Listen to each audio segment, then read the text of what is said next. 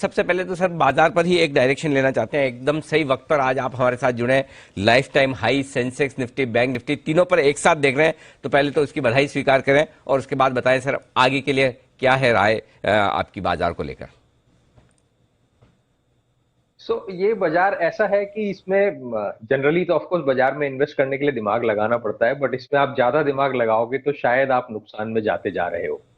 तो इसलिए मुझे लगता है बाजार दो चीजों से ड्रिवन हो रहा है जो हम सभी को विदित है कि एक ऑफकोर्स लिक्विडिटी, और दूसरा लिक्विडिटी हैज बीन उसको राइटली बहुत अच्छी इकोनॉमिक रिकवरी से सपोर्ट मिल रहा है।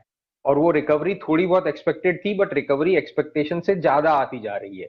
जैसे भी हम अगर दिसंबर के तिमाही के जो नतीजे आए हैं उनमें देखें, मंथली सेल्स नंबर्स जो भी अलग अलग सेक्टर्स के आते जा रहे हैं, जो अभी क्वार्टरली रिजल्ट्स की कॉल्स कंपनीज की चल रही है मैनेजमेंट्स की, तो उसमें वो जो दिसंबर क्वार्टर के बाद का जनवरी और थोड़े बहुत फरवरी के दिन है उसका भी जो आउटलुक दे रहे हैं वो भी अच्छा रिकवरी का दे रहे हैं। तो इसलिए आपके प्रश्न के ऊपर आते हुए मुझे लगता है कि इस बाजार में आपको थोड़ा सा साथ में फ्लो होते रहना चाहिए। दिमाग वैसे तो लगाना ही होता है और बहुत ज्यादा नहीं लगाना चाहिए। हम जब इक्विटी में इन्वेस्ट करते हैं तो हमें पता है रिस्क तो है ही है, तो वो रिस्क जरूर ध्यान में रखें, उसे भूले नहीं, पर उसमें बहुत ज्यादा दिमाग लगाए नहीं, फ्लो में रहें। बाजार चल रहा है, चलते रहने दें, उसको अपने को पोर्टफोलियो को धीरे धीरे ऊपर करने दें। एक पार्ट ऑफ द पोर्टफोलियो जो हमेशा आप ट्रेडिंग के लिए असाइन करके रखें, उसका परसेंटेज डिफाइन कर लें कि अगर आपका 100 रुपया इक्विटी बाजार में है तो उसमें से आप 20%, 20 रुपए पे ट्रेडिंग करना चाहते हैं, 40 पे, वो आप डिफाइन कर लें और उसमें भले खेलते रहें। बट बचा हुआ जो 60 या 70 रुपया है उसको ऐसे बाजार में छेड़े नहीं, इन्वेस्टमेंट के हिसाब से पड़े रहने दें और वो अपने आप बढ़ता रहेगा। ओके, परफेक्ट है।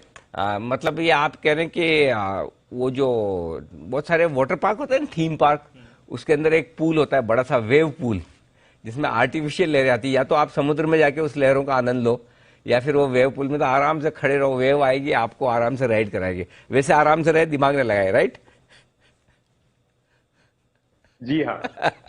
चलिए, तो ये है राय। आराम से बाजार में चल रही है तेजी, खाली इन्वेस्टेड रहेंगे तो पैसा अपने आप बन जाएगा। लेकिन आज है ना, दो आंकड़े बड़े इंटरेस्टिंग आए कुंज सर, उस पर आपसे राय लेना चाहता हूँ।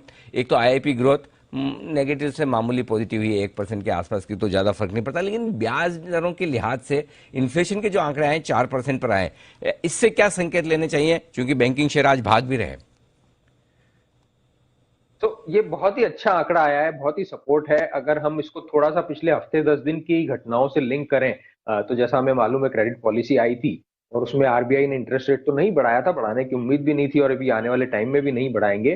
पर एक सीआरआर हाइक को नॉर्मलाइजेशन करते हुए उन्होंने डेट्स अनाउंस कर दी है कि अभी 3 से 3.5% इसी अगले महीने मार्च में हो जाएगी और फिर मई में 4% हो जाएगी।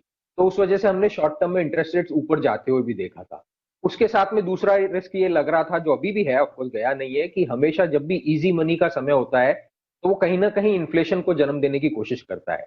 उसमें तीसरी चीज हम जोड़े तो गवर्नमेंट का फिस्कल डेफिसिट बढ़ा हुआ है, जो गवर्नमेंट ने क्लियरली एक्नॉलेज किया है और रहना भी चाहिए ऐसे।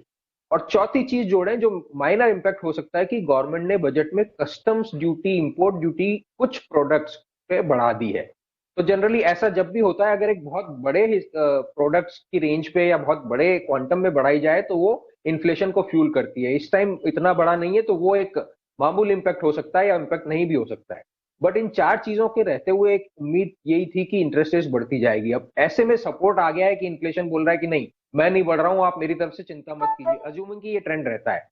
तो ये एक बहुत पॉजिटिव सपोर्ट है। उसमें आरबीआई के ऊपर जो एक इन्फ्लेशन कंट्रोल का या उसकी वजह से इंटरेस्ट रेट्स को इनडायरेक्टली ऊपर रखने का प्रेशर जो था वो ईज आउट हो जाएगा।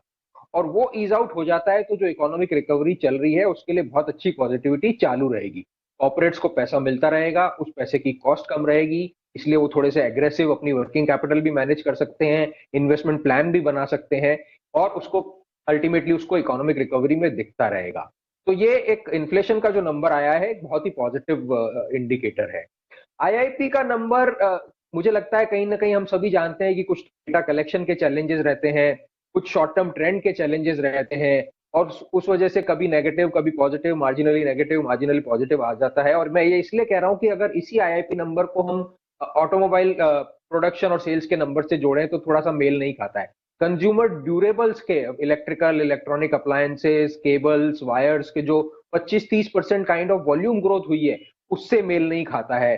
सीमेंट की थोड़ी सी कम हो गई, सितंबर क्वार्टर में तो बहुत अच्छी डबल डिजिट में थी, अभी दिसंबर क्वार्टर में फिर भी 3-4% की ग्रोथ है, तो उससे मेल नहीं खाता है, इसलिए वो आईआईपी का डेटा को हम बहुत ज्यादा जो तवज्जो अभी नहीं दें और मार्केट भी नहीं दे रहा है तो भी चलेगा।